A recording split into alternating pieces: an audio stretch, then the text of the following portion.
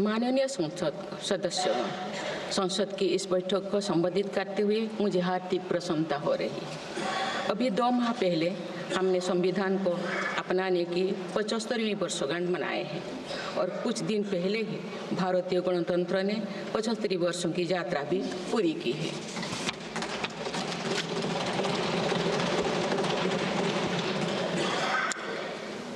ये अवसर लोकतंत्र की जननी के रूप में भारत के गौरव को नई ऊंचाई देगा। मैं सभी देशवासियों की तरफ से बाबा साहेब आम्बेडकर समेत सभी संविधान निर्माताओं को नमन करती हूँ। माननीय सदस्यगण, इस समय देश में महाकुंभ का ऐतिहासिक पर्व भी चल रहा है। महाकुंभ भारत की सांस्कृतिक परंपरा का, भारत की सामाजिक चेतना का पर्व है। देश और दुनिया से आए करोड़ों श्रद्धालु प्रयागराज में पूर्ण स्नान कर चुके हैं। मैं मोनो अमावस्या के दिन हुई हादसे पर अपना दुख व्यक्त करती हूँ। घायलों के शीघ्र स्वस्थ होने की कामना करती हूँ। कुछ दिन पहले ही हमने देश के पूर्व प्रधानमंत्री डॉक्टर मनमोहन सिंह जी को खोए हैं। मनमोहन सिंह जी ने 10 वर्ष तक प्रधानमंत्री के रूप में देश की सेवा की। वे लंबे समय तक संसद के सदस्य भी रहे। मैं मनमोहन सिंह जी को भावभीनी श्रद्धांजलि अर्पित करती हूँ। माननीय सदस्यगण, भारत की विकास यात्रा की इस अमृतकाल को आज मेरी सरकार अभूतपूर्व उपलब्धियों के माध्यम से नई ऊर्जा दे रही है। तीसरे कार्यकाल में 3 गुना तेज गति से काम हो रहा है। आज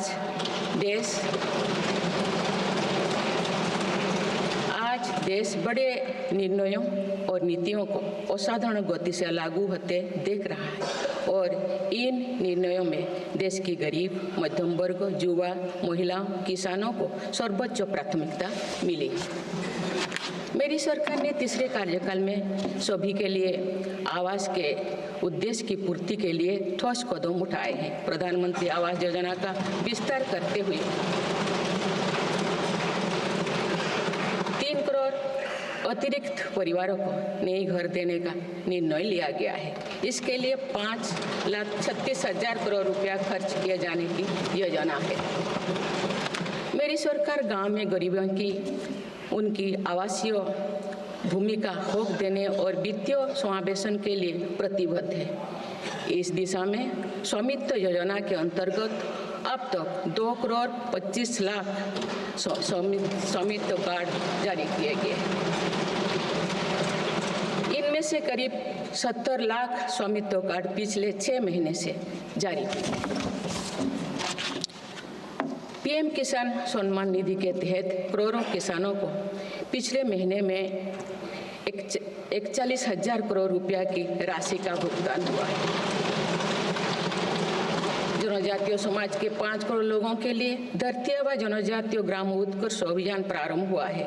इसके लिए 80,000 करोड़ रुपये का प्रावधान किया गया है। आयुष्मान भारत योजना के अंतर्गत 70 वर्षों और उससे अधिक उम्र के 6 करोड़ वरिष्ठ नागरिकों को स्वास्थ्य बीमा देने का फैसला हुआ है। इन्हें हर वर्ष 5 लाख रुपए का हेल्थ कवर मिलेगा। छोटे उद्यमियों के लिए मुद्रा ऋण की सीमा 10 लाख रुपये से बढ़कर 20 लाख रुपया कर दी गई है।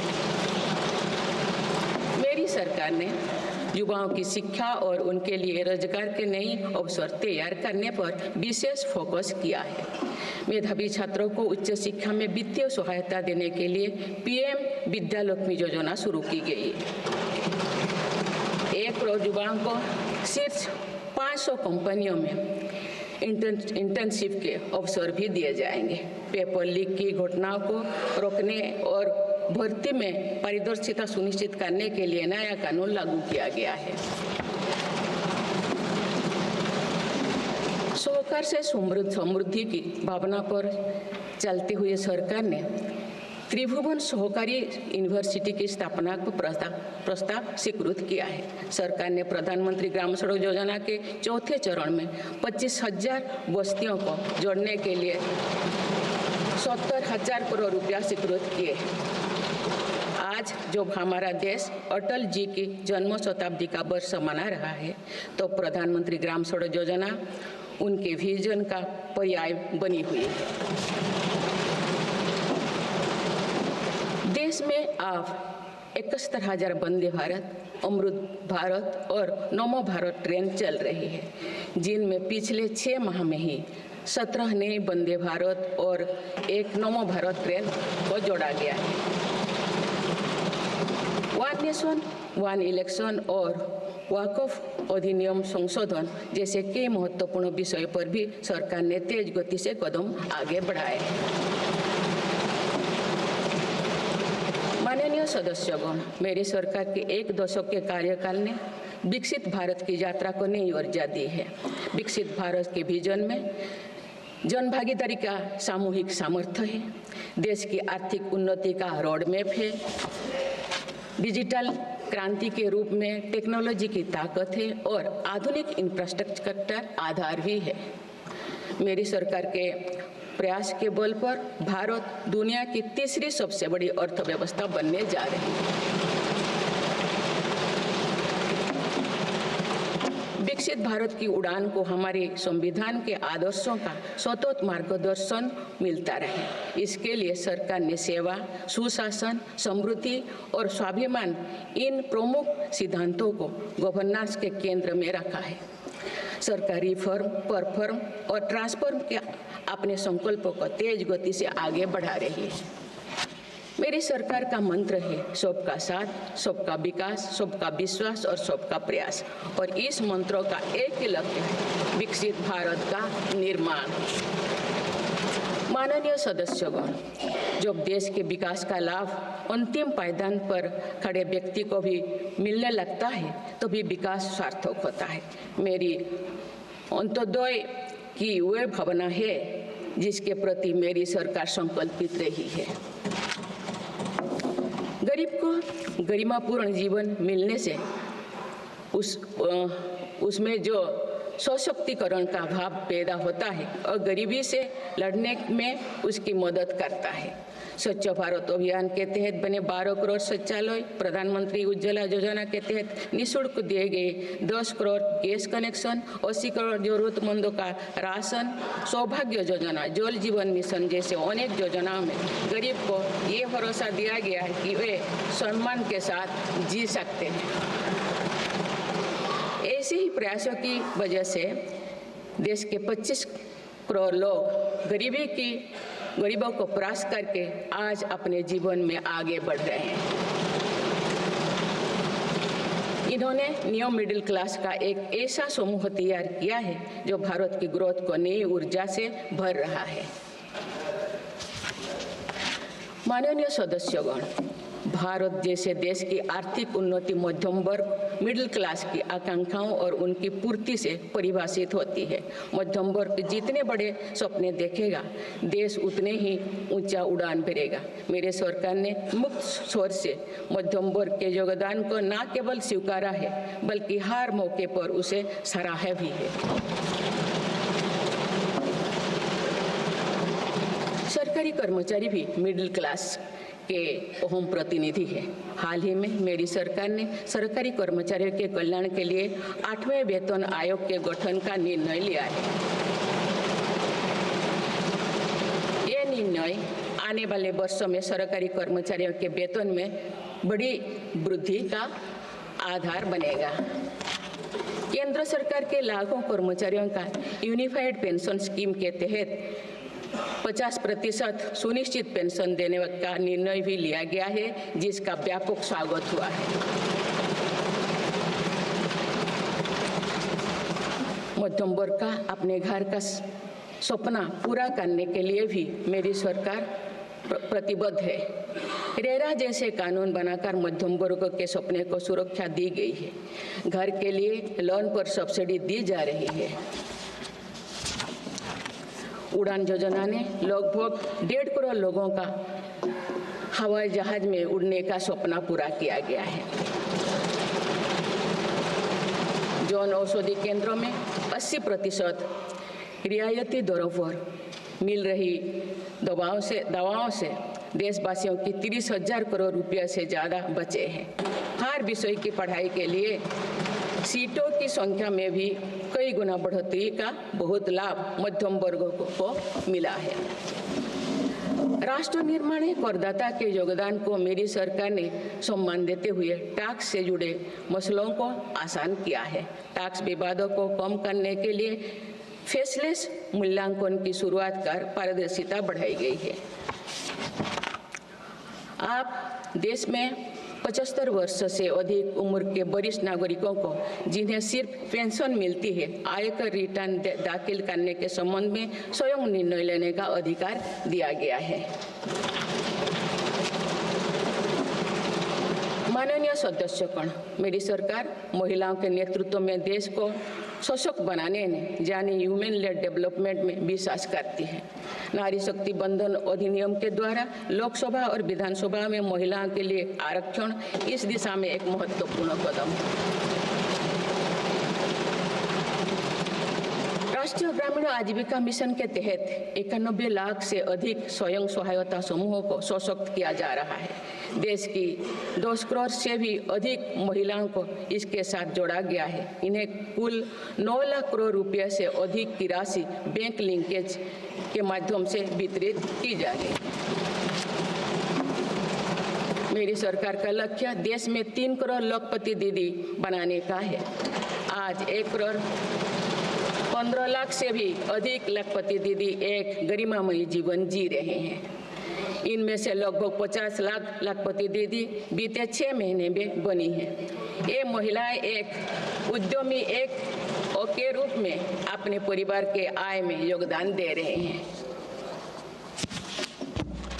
इंश्योरेंस फॉर ऑल की भावना के साथ कुछ महीने पूर्व ही बीमा सखी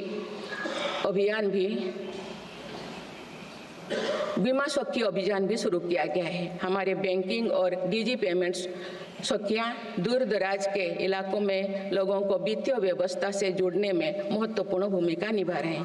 कृषि सखियां नेचुरल फार्मिंग के बढ़ावा दे रही हैं और पशु सखियां के माध्यम से हमारा पशुधन मजबूत हो रहे हैं। ड्रोन दीदी योजना महिलाओं के आर्थिक और तकनीकी सशक्तिकरण का माध्यम बने हैं। ये इस संसद के लिए गौरव का विषय है कि बड़ी संख्या में भारत की बेटियां लड़ाकू विमान उड़ा रही हैं, पुलिस में भर्ती हो रही हैं और कॉरपोरेट कंपनियों का नेतृत्व भी कर रहे हैं।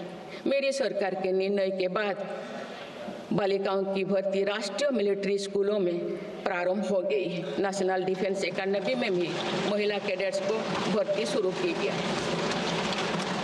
हमारी बेटियां आज ओलंपिक में मेडल लाकर देश को भी गौरवान्वित कर रही हैं। मैं भारत की संसद के माध्यम से देश की नारी शक्ति को विशेष बधाई देती हूँ।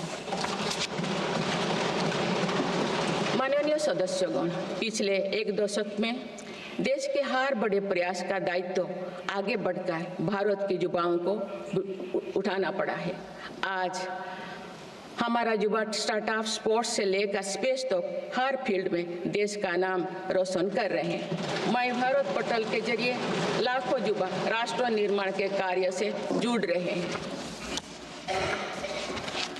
पिछले 1 दशक में मेक इन इंडिया, आत्मनिर्भर Bharat, startup India, stand up India और डिजिटल इंडिया जैसी पहल ने युवाओं को रोजगार के अनेक अवसर प्रदान किए हैं। पिछले 2 वर्षों में सरकार ने रिकॉर्ड संख्या में 10 लाख स्थायी सरकारी नौकरियां प्रदान की गई। मेरी सरकार ने युवाओं के बेहतर कौशल और नए अवसरों के सृजन के लिए 2 लाख करोड़ रुपया का पैकेज स्वीकृत किया है। 1 करोड़ युवाओं के लिए इंटर्नशिप की व्यवस्था से युवाओं को ग्राउंड पर काम करने का अनुभव प्राप्त होगा। आज देश में 1.5 लाख से अधिक स्टार्टअप है जो इनोवेशन के स्तंभ के रूप में उभर रहे हैं। 1000 करोड़ रुपया की लागत से स्पेस सेक्टर में वेंचर कैपिटल फंड की शुरुआत की गई है। US world future skill index 2025 में भारत विश्व में दूसरे नंबर पर पहुंच गया है।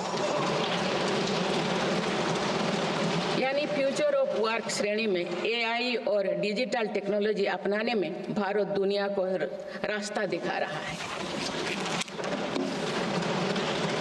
ग्लोबल इनोवेशन इंडेक्स में भी भारत की रैंकिंग 76 से सुधरकर 39 हो गए हैं।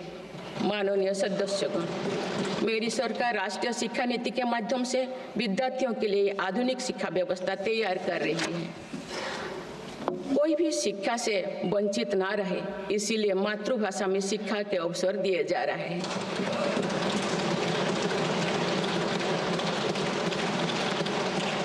विभिन्न भर्ती परीक्षाएं 13 भारतीय भाषाएं में आयोजित कर भाषा संबंधी बाधाओं को भी दूर किया गया है।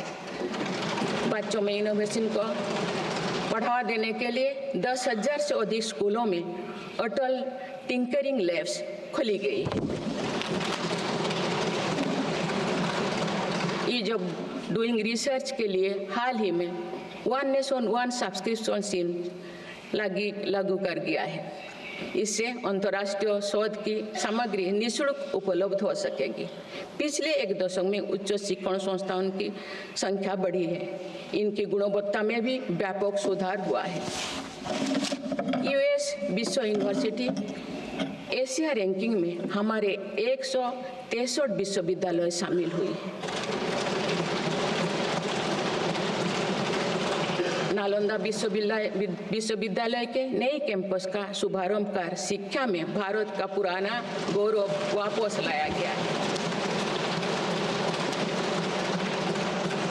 वो दिन भी दूर नहीं जो भारत में निर्मित गगनयान में एक भारतीय नागरिक अंतरिक्ष में जाएगा। कुछ दिन पहले स्पेस डॉकिंग में सफलता ने भारत के अपने स्पेस स्टेशन का मार्ग और आसान कर दिया गया।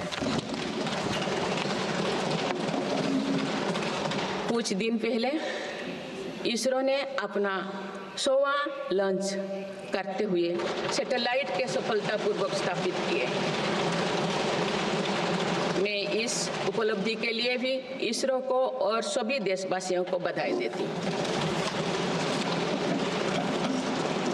माननीय सदस्यगण, मेरी सरकार ने देश में विश्व स्तरीय स्पोर्ट्स वातावरण बनाने की दिशा में खेलो India scheme, target Olympic podium scheme यानी स्टॉप्स राष्ट्रीय स्पोर्ट्स यूनिवर्सिटी स्थापित करके देश को आगे कदम बढ़ाया है। दिव्यांग के लिए ग्वालियर में विशेष खेल केंद्र खोला गया है। भारत की टीमों में चाहे ओलंपिक हो या फिर पैरालंपिक, हर जगह बेहतरीन प्रदर्शन किया गया है। हाल ही में विश्व शतरंज चैंपियनशिप में भी भारत ने अपना परचम लहराया। फिट इंडिया मूवमेंट चलाकर हम सशक्त युवा शक्ति का निर्माण कर रहे हैं।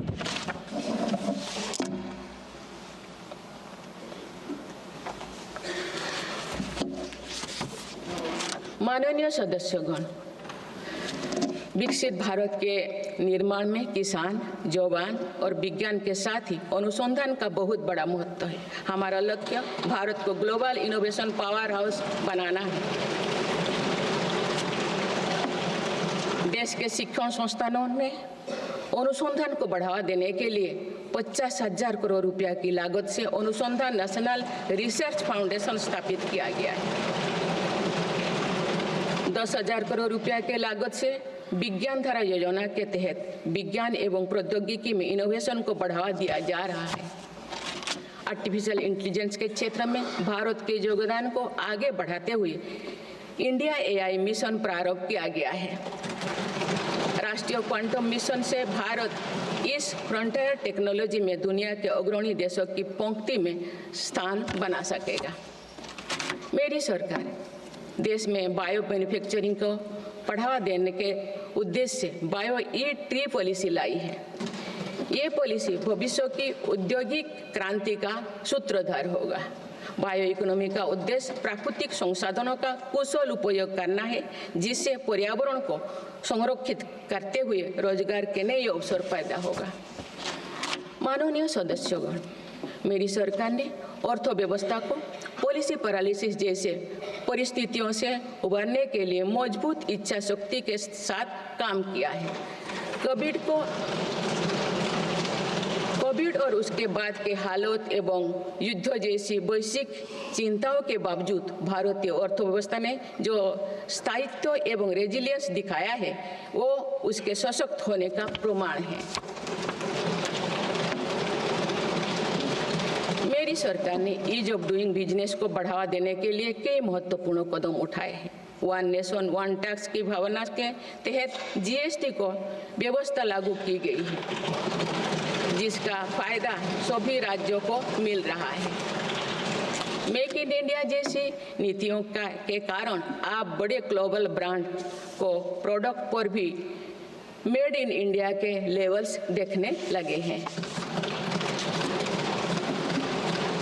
माननीय सदस्यगण, भारत के छोटे व्यापारी गांव से लेकर शहरों तक हर जगह आर्थिक प्रगति को गति देते हैं। मेरी सरकार छोटे उद्यमियों को अर्थव्यवस्था की रीढ़ मानते हुए उन्हें स्वरोजगार के नए अवसर दे रही है। एमएसएमई के लिए क्रेडिट गारंटी स्कीम और ई कॉमर्स एक्सपोर्ट हब्स सभी प्रकार के उद्योगों को बढ़ावा दे रही है। तीसरी कार्यकाल में मेरी सरकार द्वारा मुद्रा ऋण की सीमा को 10 लाख रुपये से बढ़ाकर 20 लाख रुपया करने का लाभ करोड़ों छोटे उद्यमियों को हुआ। मेरी सरकार ने क्रेडिट एक्सेस को आसान बनाया है। इससे वित्तीय सेवाओं की लोकतांत्रिक बनाया जा सका है। आज लोन, क्रेडिट कार्ड, बीमा जैसे प्रोडक्ट सबके लिए आसानी से सुलभ हो रही है। दशकों तो हमारे देश के रेहड़ी फैक्ट्री पर दुकान लगाकर आजीविका चलाने वाले भाई बहन बैंकिंग व्यवस्था से बाहर रहे। आज उन्हें पीएम स्वनिधि योजना का लाभ मिल रहा है। डिजिटल ट्रांजैक्शन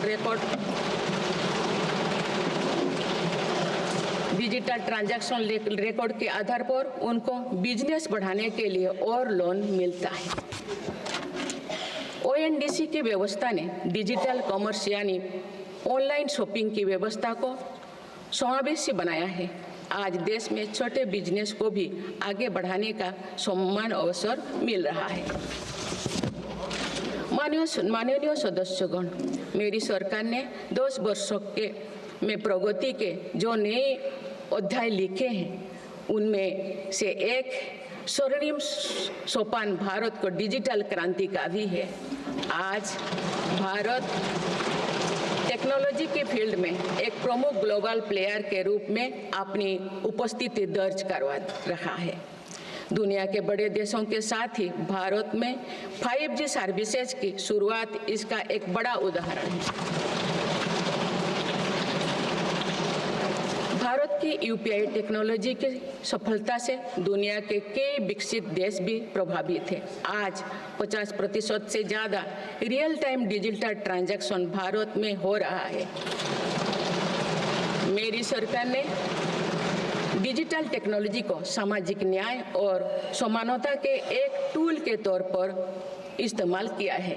डिजिटल पेमेंट कुछ लोगों या कुछ वर्गों तक सीमित नहीं है।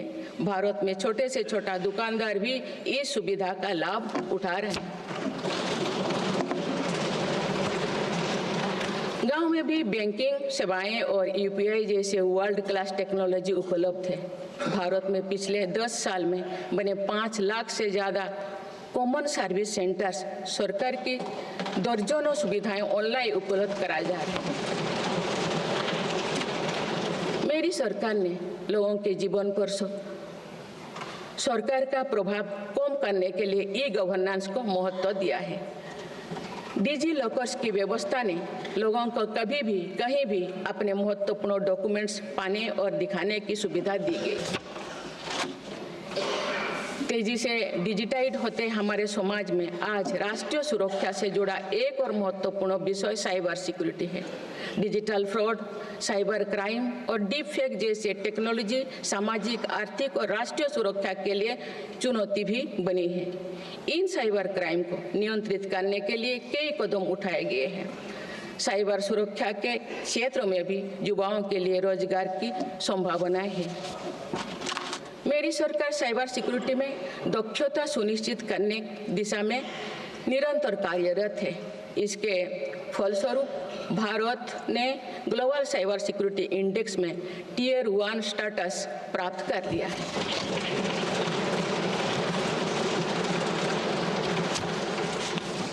माननीय सदस्यगण, किसी भी देश का आधुनिक इंफ्रास्ट्रक्चर ने केवल उसके नागरिकों को एक बेहतर जीवन एवं देश को नई पहचान देता है, बल्कि देश को एक नया आत्मविश्वास भी देता है।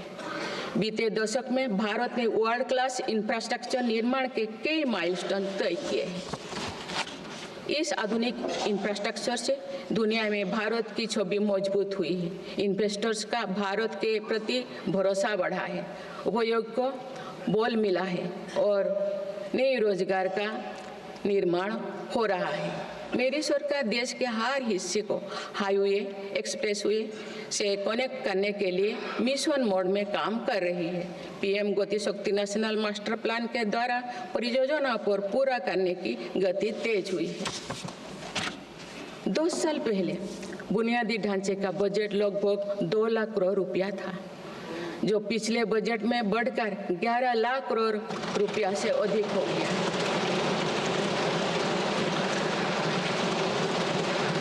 पिछले 1 दशक के काम को आगे ले जाते हुए पिछले 6 महीने में मेरी सरकार ने भविष्य के इंफ्रास्ट्रक्चर में रिकॉर्ड निवेश किया है।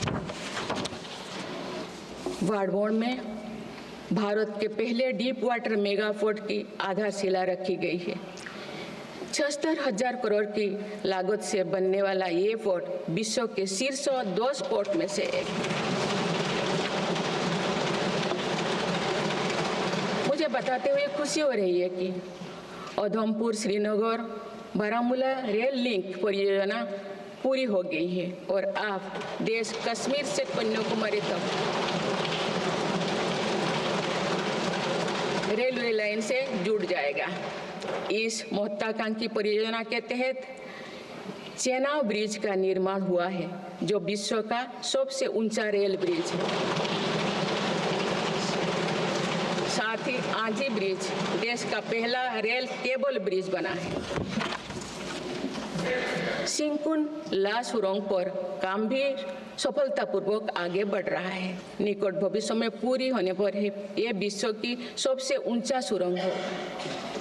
इससे लद्दाख और हिमाचल प्रदेश के बीच 12मासी संपर्क बना रहेगा।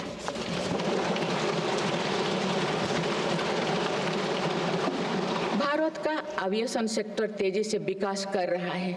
देश की एयरलाइन कंपनियों ने 1700 से अधिक नए विमानों के ऑर्डर दिए हैं। इतनी बड़ी संख्या में आने वाले विमानों के परिचालन के लिए हम एयरपोर्ट्स का विस्तार कर रहे हैं। पिछले 1 दशक में देश के एयरपोर्ट्स की संख्या 2 गुनी हो गई।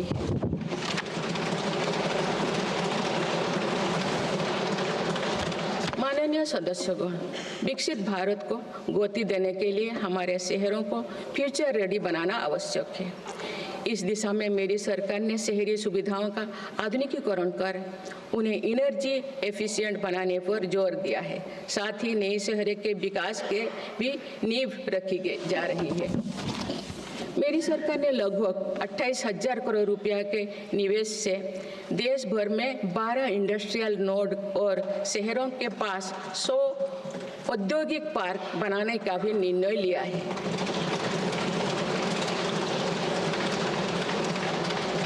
शहरी यातायात को सुगम बनाने के कार्य लगातार जारी है।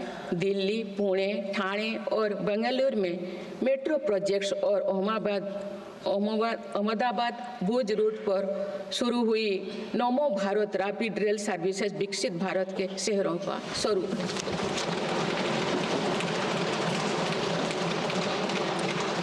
कुछ सप्ताह पूर्व ही दिल्ली में रिठारा नौरेला कुंडली कॉरिडोर का काम शुरू हुआ है, जो दिल्ली मेट्रो नेटवर्क के बड़े सेक्शन में से एक होगा। मेरी सरकार के निरंतर प्रयास से दिल्ली में मेट्रो टूर लगातार बढ़ रहा है। 2014 में दिल्ली एनसीआर में मेट्रो का कुल नेटवर्क 200 किलोमीटर से भी कम था। अब ये बढ़कर दुगुना से भी ज़्यादा हो गया।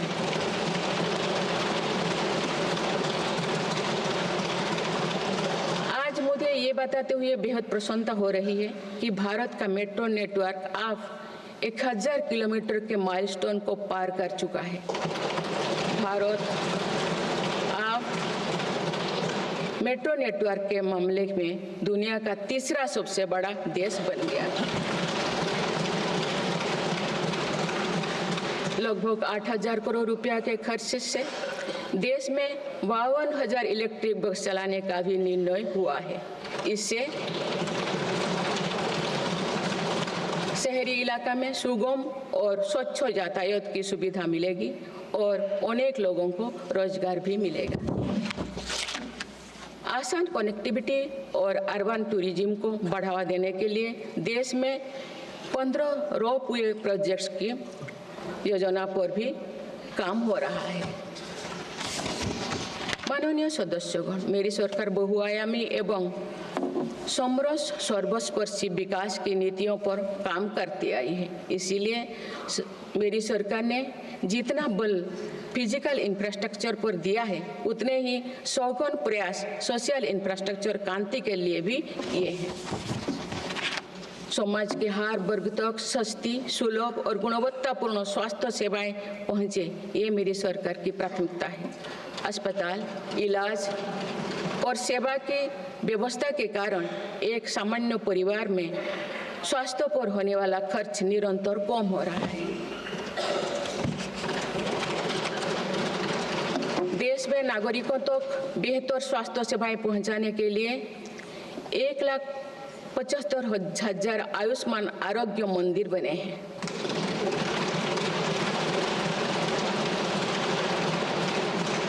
देश में कैंसर मरीजों की बढ़ती संख्या और इलाज में होने वाले खर्च को देखते हुए अनेक कैंसर दवाओं को कस्टम ड्यूटी में से मुक्त कर दिया गया है।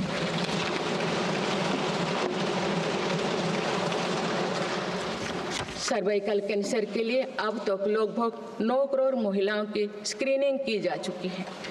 मेरी सरकार के प्रयास से दिमागी बुखार से लड़ने में देश को काफी सफलता मिली है। इससे होने वाले मृत्यु दर अब घटकर 6% रह गए। राष्ट्रीय टीबी उन्मूलन कार्यक्रम के अंतर्गत टीबी के मरीजों की संख्या भी घटी है। मेरी सभी देशवासियों और माननीय सांसदों से आग्रह है कि हम सब मिलकर टीबी मुक्त भारत के अभियान को सफल बनाने में अपना योगदान दें। भारत में मातृ मृत्यु दर और शिशु मृत्यु दर में भी व्यापक सुधार हुआ है। गर्भवती महिलाओं और बच्चों के टीकाकरण कार्यक्रम की सही ट्रैकिंग रखने के लिए यूइन पोर्टल लॉन्च किया गया है। इस पोर्टल पर अब तक लगभग 30 करोड़ वैक्सीन खुराक दर्ज हो चुका है। टेलीमेडिसिन के माध्यम से 30 करोड़ से अधिक टेली कंसल्टेशन से नागरिकों को स्वास्थ्य लाभ मिला है। सरकार अगले 5 सालों में देश के मेडिकल कॉलेजों में 75,000 नई सीटों के सृजन के लिए भी काम कर रही है। सरकार हेल्थ इंफ्रास्ट्रक्चर और मेडिकल इक्विपमेंट मैन्युफैक्चरिंग को बढ़ावा दे रही है। देश में नई बल्क, ड्रग और मेडिकल डिवाइसेस के पार्क भी बनाया जा रहा है। हमने रोजगार के अनेक नए अवसर उपलब्ध हो रहा है। माननीय सदस्यगण, भारत में आधुनिक और आत्मनिर्भर कृषि व्यवस्था हमारा लक्ष्य है। मेरी सरकार किसानों को फसलों का उचित दाम दिलाने और उनकी आय बढ़ाने के लिए समर्पित भाव से काम कर रही है।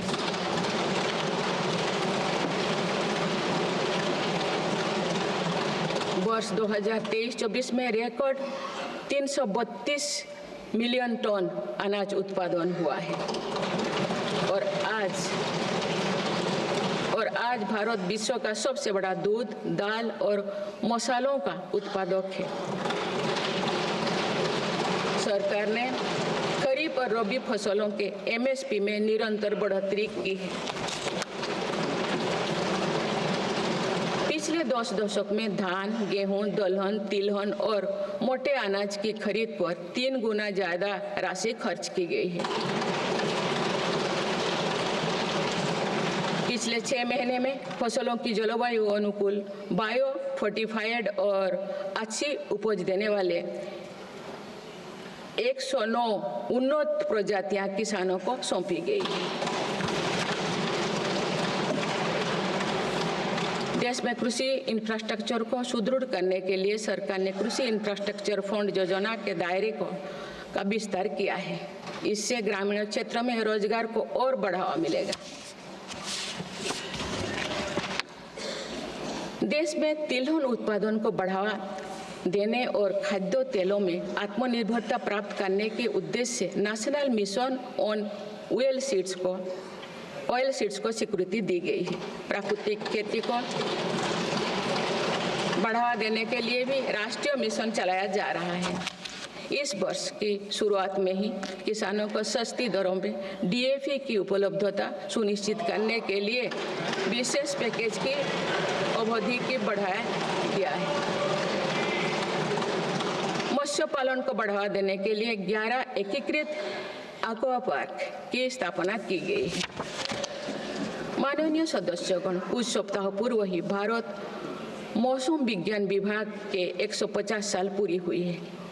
वेदर रेडी और क्लाइमेट स्मार्ट भारत के लिए मेरी सरकार ने 2000 करोड़ रुपए की लागत से मिशन मौसम प्रारंभ किया है, जिसका लाभ हमारे किसानों को भी मिलेगा। बाबा साहेब अम्बेडकर के विजन पर चलते हुए देश के सूखाग्रस्त इलाकों में सिंचाई और पीने के पानी उपलब्ध कराने के लिए मेरी सरकार ने 2 ऐतिहासिक रिवर इंटरलिंकिंग परियोजनाओं पर काम आगे बढ़ाया है। 40,000 करोड़ रुपये से अधिक लागत की किन बेतवा लिंक परियोजना में मध्य प्रदेश और उत्तर प्रदेश के लाखों ग्रामीण भाई बहन का लाभ मिलेगा। संशोधित पार्वती कालीमेघी चंबल लिंक परियोजना में राजस्थान और मध्य प्रदेश में सिंचाई और पीने के पानी की आवश्यकता की पूर्ति।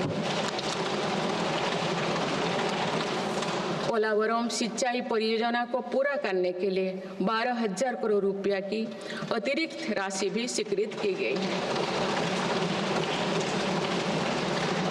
माननीय सदस्यगण, हमारे 8 लाख सहकारी संस्थाएं एवं उनके 19 करोड़ हितधारक सदस्य ग्रामीण भारत के करीब 90% क्षेत्र का प्रतिनिधित्व करते हैं। बीते वर्षों में शहरी क्षेत्रों में भी सहकारी संस्थाओं का विस्तार हुआ है। सहकारी सेक्टर के आर्थिक सशक्तिकरण के लिए उठाए गए विभिन्न कदमों के फलस्वरूप रोजगार के अनेक अवसर सृजित हो गए हैं। वर्ष 2025 को अंतर्राष्ट्रीय सहकारिता वर्ष के रूप में मनाया जा रहा है, जिसमें भारत अपना महत्वपूर्ण योगदान देगा।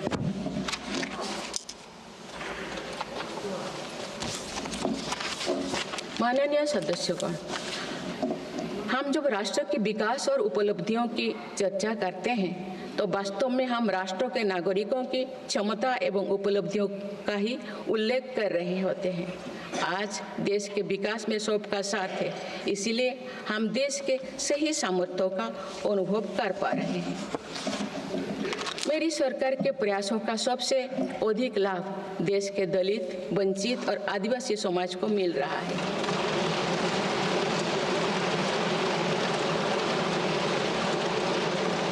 आज़ादी के दशकों बाद भी हमारे जिस जनजातीय एवं आदिवासी समाज की उपेक्षा होती रही, मेरी सरकार ने उसके कल्याण को पहली प्राथमिकता दी है।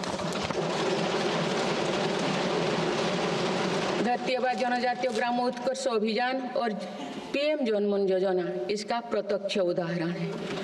देश भर में स्थापित 470 से अधिक एकलव्य मॉडल आवासीय विद्यालय के माध्यम से लगभग 1.25 लाख आदिवासी बच्चों को स्कूली शिक्षा दी जा रही है। पिछले 10 वर्ष में आदिवासी बहुल इलाकों में 30 नए मेडिकल कॉलेज खोले गए हैं। विशेष राष्ट्रीय मिशन चलाकर आदिवासी समुदाय की सिकल सेल से जुड़े स्वास्थ्य सेवाओं पर भी ध्यान दिया जा रहा है। इस मिशन के अंतर्गत लगभग 5 करोड़ व्यक्तियों की स्क्रीनिंग की जा चुकी है। जनजातीय विरासत को सहेजने के लिए भी मेरी सरकार ने अनेक कदम उठाए हैं। इस वर्ष भगवान बिरसा मुंडा की 150वीं जयंती का पर्व पूरे देश में जनजातीय गौरव वर्ष के रूप में मनाया जा रहा है।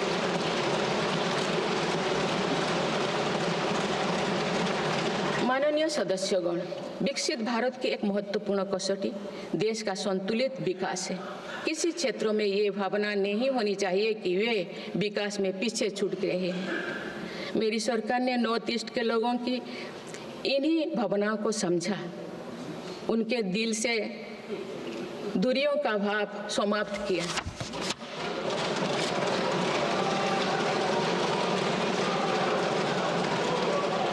से अधिक शांति समझौते को कर सरकार ने अनेक गुटों को शांति के मार्ग से जोड़ने का काम किया है।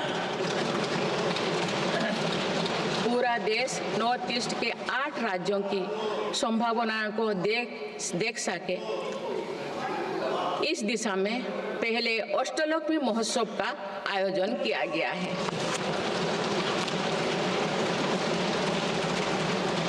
पूर्वोत्तर के विकास के साथ साथ सरकार ने देश के पूर्वोदय यानी पूर्वी राज्यों के सर्वांगीण विकास की कार्य योजना पर काम शुरू कर दिया गया है, जिससे रोजगार के नए अवसर भी उपलब्ध होगी। अंडमान निकोबार एवं लक्षद्वीप में विकास की कई परियोजनाएं प्रारंभ कर उन्हें राष्ट्र की विकास यात्रा में महत्वपूर्ण स्थान दिया गया है। अनुच्छेद 370 हटाने के बाद जम्मू कश्मीर में विकास का एक नया वातावरण बना है।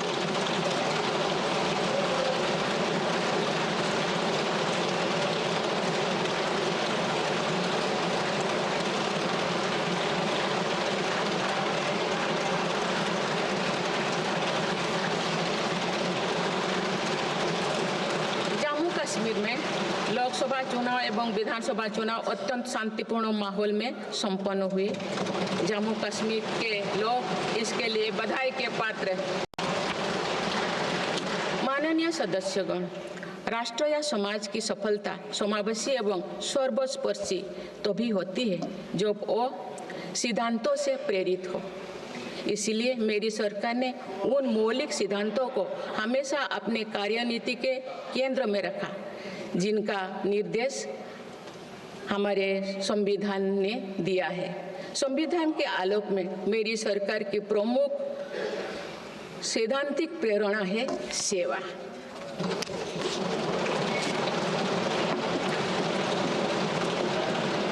मेरी सरकार मानती है कि 140 करोड़ देशवासियों की सेवा ही सरकार का प्रमुख कर्तव्य है। इस दिशा में सरकार पूरी संवेदनशीलता से काम कर रही है। समाज के पिछड़े वर्ग और सफाई कर्मचारियों को आसान लोन मुहैया कराने के लिए पीएम सूरज योजना का विस्तार किया गया है। सरकारी योजनाओं का लाभ दिव्यांगजनों तक पहुंचाने के लिए 1 करोड़ से अधिक दिव्यांग पहचान पत्र जारी किए गए हैं। स्वच्छता सैनिकों के लिए चलाई जा रही नमस्ते योजना का विस्तार कर अब स्वच्छता का बीड़ा उठाने वाले भाई बहनों को भी इसमें शामिल किया गया है। विकसित भारत की यात्रा में कोई भी छूटने ना पाए, इस ध्येय के अनुरूप मेरी सरकार सैचुरेशन अप्रोच के साथ काम कर रही है। माननीय सदस्यगण, बीता दशक भारत की सांस्कृतिक चेतना के पुनः जागरण का दशक रहा है।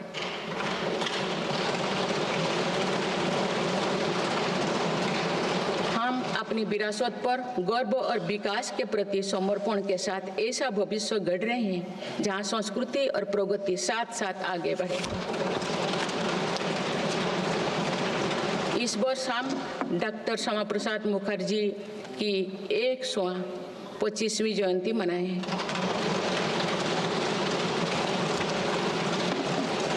उन्होंने कहा था कि सच्चा राष्ट्रवाद केवल भारत की भौतिक एकता नहीं, बल्कि उनकी सांस्कृतिक एकता को मजबूत करने में है।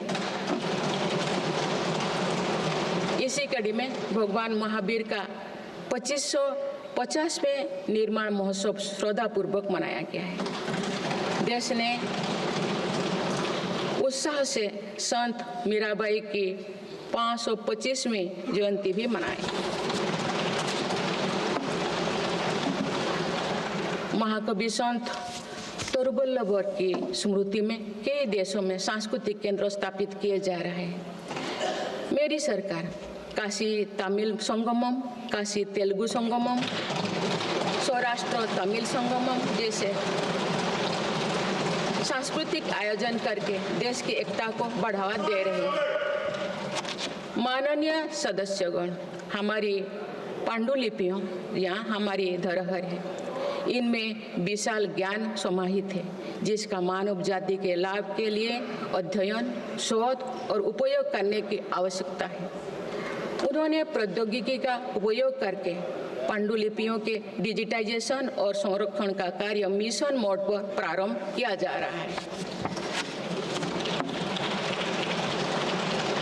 देश की विरासत का एक महत्वपूर्ण स्तंभ हमारी समृद्ध भाषा संस्कृति है। मुझे खुशी है कि सरकार ने आसामी, मराठी, पाली, प्राकृत और बांग्ला भाषाओं को क्लासिकल लैंग्वेज का दर्जा दिया है। भारत की सभी भाषाओं में सरलता से संवाद के लिए AI की सहायता से भाषिणी प्लेटफॉर्म का देशवासी व्यापक उपयोग कर रहे हैं। माननीय सदस्यगण, मेरी सरकार के प्रयासों से आज विश्व के सांस्कृतिक मंच पर भारत ने ग्लोबल लीडर की पहचान बनाई है।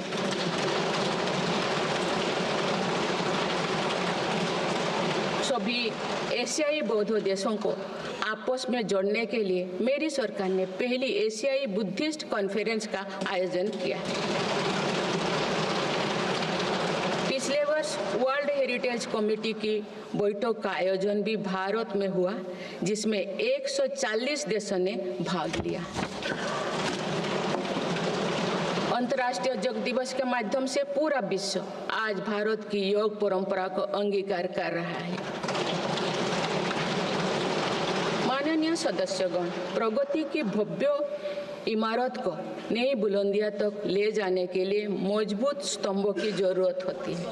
भारत के विकास के लिए मेरी सरकार ने रिफॉर्म, परफॉर्म और ट्रांसफॉर्म के ऐसे ही 3 मजबूत स्तंभ बनाए हैं।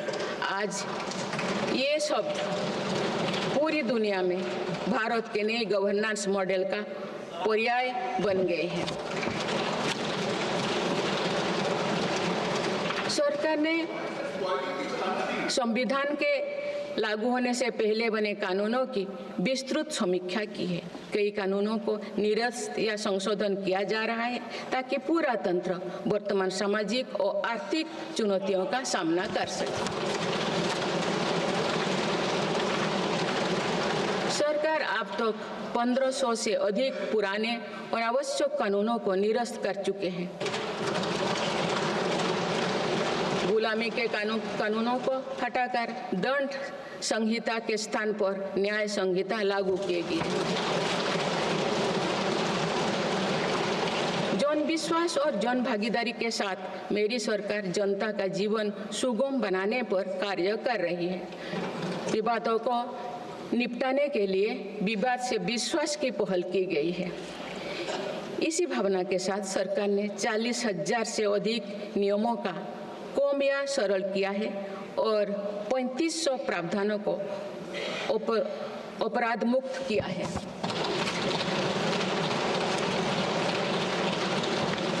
मेरी सरकार ने देश के अत्यंत पिछड़े इलाकों में आकांक्षी जिला कार्यक्रम प्रारंभ कर सुशासन का एक अनूठा प्रयोग किया है। इस कार्यक्रम से इन जिलों में स्वास्थ्य, पोषण, कृषि, सामाजिक विकास और शिक्षा जैसे विभिन्न मापदंडों में उल्लेखनीय प्रगति हुई। यूएनडीपी की एक रिपोर्ट में इस पहल की बहुत सराहना की गई है। इस सफलता से प्रेरित होकर अब देश के 500 आकांक्षा ब्लॉक में भी समग्र विकास हेतु अभियान प्रारंभ किया गया है। सुशासन पर ध्यान केंद्रित करते हुए आई गोट कर्मयोगी डिजिटल प्लेटफॉर्म बनाया गया है, जिससे सरकारी कर्मियों को अपनी दक्षता बढ़ाकर कर्मयोगी बनाने का प्रोत्साहन मिल रहा है। इस प्लेटफॉर्म पर 1700 पाठ्यक्रमों उपलब्ध है और अब तो 2 करोड़ से अधिक प्रशिक्षण पूर्ण किए गए हैं। माननीय सदस्यगण, इस वर्ष देश सरदार वल्लभ भाई पटेल की 150वीं जयंती मना रहे हैं। उनकी प्रेरणा से मेरी सरकार राष्ट्र प्रथम की भावना को लेकर आगे बढ़ रही है। देश की सीमाओं की रक्षा और आंतरिक सुरक्षा सुनिश्चित करने के लिए सरकार ने ऐतिहासिक कार्य किए हैं। विशेषकर रक्षा क्षेत्र में आत्मनिर्भरता में हमें बहुत उत्साहजनक परिणाम मिले हैं। हम मेक इन इंडिया से मेक फॉर द वर्ल्ड की ओर बढ़े हैं। इससे देश में रोजगार के नए अवसर भी बन रहे हैं।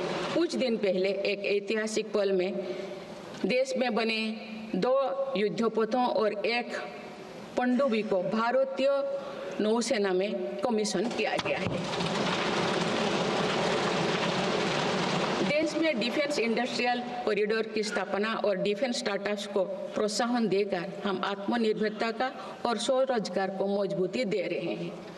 सीमाओं की रक्षा के साथ साथ देश के सीमावर्ती क्षेत्र का विकास भी हमारी रणनीति का अहम हिस्सा है। सीमा क्षेत्र की सड़कें और अटल टनल, सेला टनल, सोनमर्ग टनल जैसे आधुनिक इंफ्रास्ट्रक्चर से रक्षा और पर्यटन का बढ़ावा मिला है। सीमा पर स्थित देश के प्रथम गांव में वाइब्रेंट विलेज कार्यक्रम प्रारंभ किया गया है। वामपंथी उग्रवाद को समाप्त करने के लिए के अंतिम चरण की भी शुरुआत हो चुकी है। सरकार के प्रयासों से वामपंथी उग्रवाद प्रभावित जिलों की संख्या 126 से घटकर अब 38 तक आ गए हैं। माननीय सदस्यगण, वैश्विक अस्थिरता के वातावरण में भारत आर्थिक, सामाजिक और राजनीतिक स्थिरता का स्तंभ बनकर विश्व के सामने आदर्श प्रस्तुत कर रहा है। चाहे G7 समिट हो या क्वाड, ब्रिक्स, एससीओ हो या G20, भारत के सामर्थ्य, नीति और नियत पर पूरे विश्व ने भरोसा जताया है।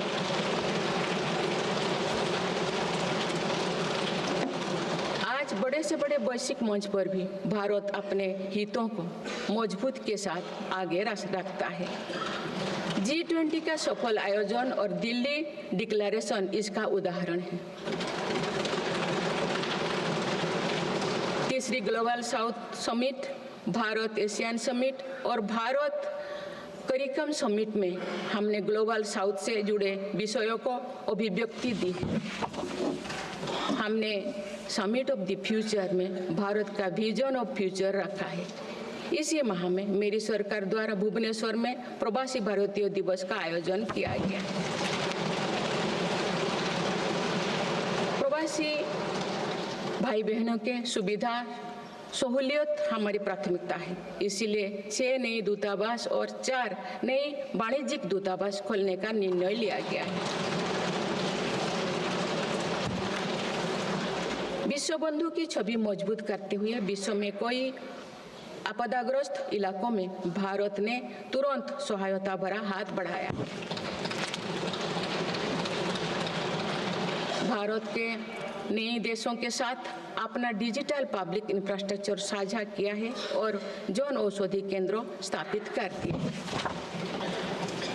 माननीय सदस्यगण, मेरी सरकार वर्तमान के साथ ही आगे वाली पीढ़ियों को ध्यान में रखते हुए भी निर्णय ले रही है।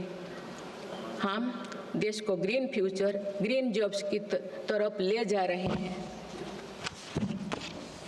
2030 तक 500 gigawatt non fossil fuel energy क्षमता के लक्ष्यों को प्राप्त करने की दिशा में बीते 6 महीने में कई बड़े फैसले लिए गए हैं। पीएम सूर्यघर मुफ्त बिजली योजना के अंतर्गत 75,000 करोड़ रुपया की लागत से रूफटॉप सोलर सिस्टम स्थापित किए जा रहे हैं। अभी तक 7.5 लाख घरों में रूफटॉप सोलर की स्थापना की जा चुकी है। इससे रोजगार के अवसर भी बढ़े हैं। राष्ट्रीय ग्रीन हाइड्रोजन मिशन के तहत 8 लाख करोड़ रुपए का निवेश और 6 लाख से अधिक रोजगार का सृजन होगा। हम परमाणु ऊर्जा का विस्तार करने पर भी तेजी से काम कर रहे हैं। मेरी सरकार वाहन स्क्रैपिंग पॉलिसी लाई है ताकि पुराने वाहनों का वैज्ञानिक तकनीकी से निपटारा हो और इससे भी रोजगार के नए अवसर सृजित हो। इसी क्रम में विश्व पर्यावरण दिवस 2024 पर एक पेड़ मां के नाम अभियान प्रारंभ किया गया।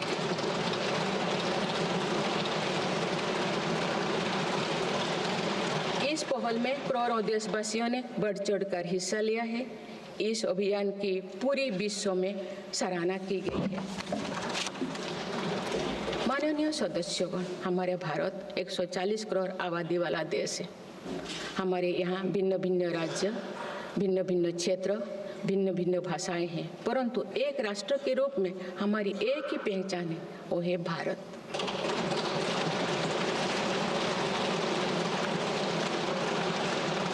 हमारा एक ही संकल्प है, एक ही लक्ष्य है, विकसित भारत।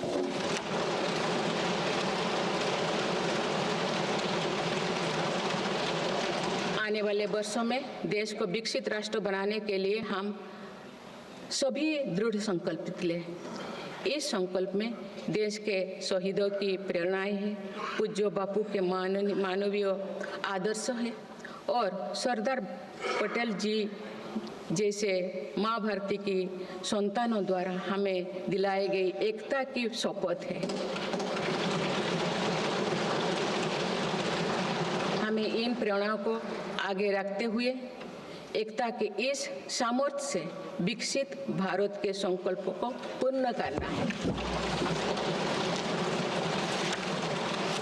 आइए हम एक बार फिर एकता के संकल्पों को दोहराएं और भारत के सपनों को पूरा करने के लिए कटिबद्ध हो।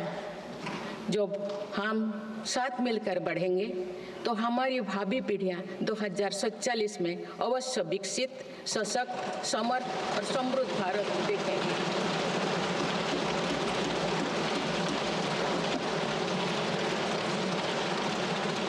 आप सभी को बहुत बहुत शुभकामनाएं। धन्यवाद। जय हिंद, जय भारत।